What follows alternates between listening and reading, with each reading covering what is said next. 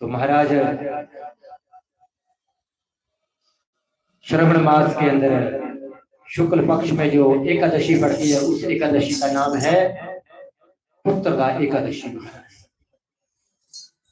बड़ा कंफ्यूजन चल रहा है इस एकादशी का व्रत कब किया जाए महाराज। कोई कहता है कि व्रत 23 तारीख को होगा, कोई कहता है कि व्रत 24 तारीख का होगा महाराज। लेकिन 23 तारीख को रविवार है और 24 तारीख को सोमवार है महाराज। और श्रवण मास का अंतिम सोमवार है ये जो 24 तारीख को पड़ रहा है महाराज। लेकिन एकादशी जो तिथि है उसका जो आरंभ है, एकादशी तिथि शुरू हो जाएगी 23 तारीख को सुबह तड़के 2:01 पर महाराज।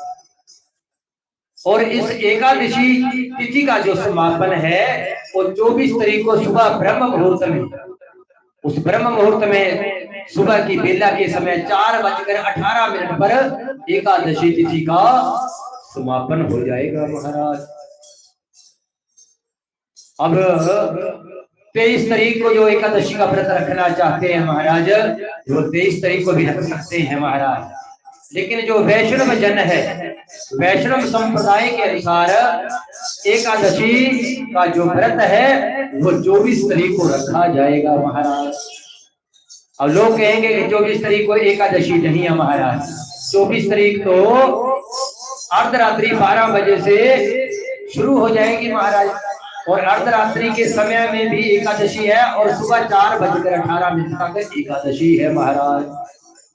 तो महाराज जिसको एकादशी का व्रत 24 तारीख को करना हो महाराज, सुबह 3:30 बजे उठिए, सुबह 3:30 बजे जल्दी उठिए महाराज, और जल के अंदर गंगा जल मिलाइए और गंगा जल से स्नान कीजिए। अपने घर के मंदिर में जोत जगाइए, ठाकुर जी के आगे, भगवान श्री राधा कृष्ण के आगे जोत जगाइए और 1 लोटा जल का भर करके मंदिर में रखिए।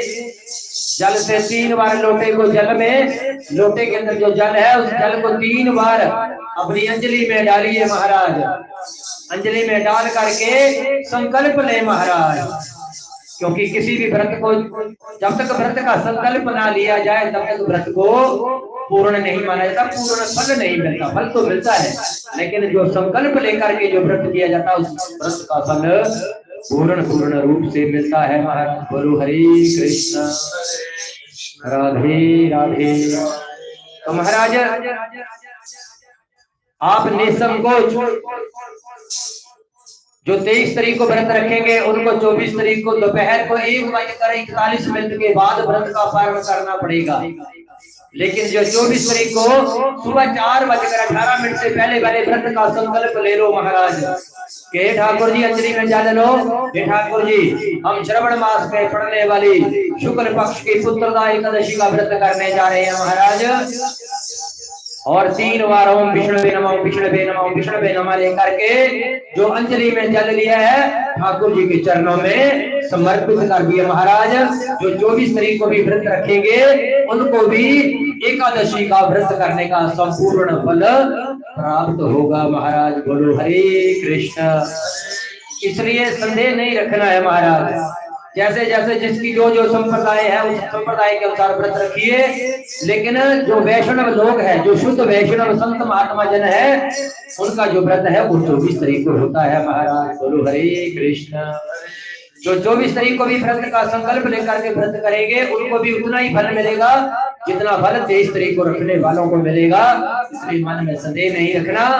आप निसंकोच होकर के 24 तारीख को सुबह 3:30 बजे उठिए, स्नान कीजिए, गंगा जल में ला करके जल में स्नान कीजिए और मंदिर में अपने घर के मंदिर में ठाकुर जी के आगे शुद्ध देसी घी की जोत जगाइए और अंजलि में लोटे से जल डालिए 3 बार करके और संकल्प लेकर के महाराज सीधा साधारण सा संकल्प लिए, ठाकुर जी हे बंसी वाले, हे भगवान विष्णु, हे नारायण भगवान, आपके इस शुक्ल पक्ष में पड़ने वाली श्रवण मास की पुत्रदा एकादशी का व्रत करने जा रहे हैं महाराज। ओम विष्णुवे नमः, ओम विष्णुवे नमः, ओम विष्णुवे नमः 3 बार इस मंत्र का जप करके जल पृथ्वी के ऊपर ठाकुर जी के चरणों में समर्पण कर दीजिए महाराज। आपको पूर्ण पूर्ण फल प्राप्त होगा। बोलो हरे कृष्ण। तो ये तो एकादशी की बात महाराज। आपको दशमी तिथि के दिन भी चावल नहीं खाने हैं। दशमी के तिथि के दिन आप अन्न का सेवन कर सकते हैं, चावल का सेवन नहीं करोगे। और जिस दिन 23 तारीख को बहुत सारी दुनिया व्रत कर रही होगी, उस दिन भी आपने चावल का सेवन नहीं करना है महाराज। साधारण शुद्ध सात्विक भोजन पाना है, लेकिन चावल का प्रयोग नहीं करना है महाराज। चावल को आपने घर में इस्तेमाल नहीं करना है महाराज। और 24 तारीख को ना तो आपने अन्न खाना है और ना चावल को पाना है महाराज। लेकिन पाने के लिए बहुत सारी चीजें महाराज। फलाहार पाइए, काजू बादाम किशमिश महाराज। गाय के दूध से बनी हुई बर्फी का सेवन कीजिए, गाय का दूध पीजिए मिश्री मिला करके। और पाने से पहले ठाकुर जी को एक बार भोग लगा दीजिए महाराज बस्ती वाले को। उसके बाद खुद पा लीजिए महाराज। फिर वो भोजन नहीं वो तो ठाकुर जी का प्रसाद बन जाएगा। बोलो हरे कृष्ण। बोलिए गोविंद भगवान की। और जब व्रत करते हो तो उस दिन एकादशी की कथा को भी श्रवण पान करिए महाराज। बोलो हरे कृष्ण। संध्या काल के समय में तुलसी के नीचे शुद्ध देसी घी का दीपक जगाएं और तुलसी जी से प्रार्थना करिए, हे तुलसी माता, हम कुछ जानते नहीं है, लेकिन इस साधारण सा दीपक जगाया है तुलसी माता। हम जो एकादशी का व्रत कर रहे हैं, इस एकादशी के व्रत का फल हमें पूर्ण रूप से मिलना चाहिए महाराज। भगवान का भजन करिए, राधे राधे नाम का गुणगान करिए, कृष्ण नाम का गुणगान कीजिए, राम नाम का, हरि नाम का गुणगान करिए महाराज। आपको एकादशी व्रत करने का पूर्ण फल प्राप्त होगा। हो सके तो घर में देसी गाय रखी है, गाय माता की खूब सेवा कीजिए, हरा चारा डालिए, गौशाला में जाइए। और आपके गांव के अंदर कोई मंदिर है तो मंदिर में जाकर के जाइए, मंदिर में सेवा करिए महाराज। झाड़ू लगाइए महाराज, किसी मंदिर में सेवा करो महाराज। बोलो हरे कृष्ण। सोमवार के दिन जो व्रत रखेंगे महाराज, उनको 2 व्रत करने का फल प्राप्त होगा महाराज। एक एकादशी व्रत करने का फल मिलेगा और दूसरा श्रवण मास के अंतिम सोमवार के व्रत करने का फल प्राप्त होगा महाराज। बोलो हरे कृष्ण।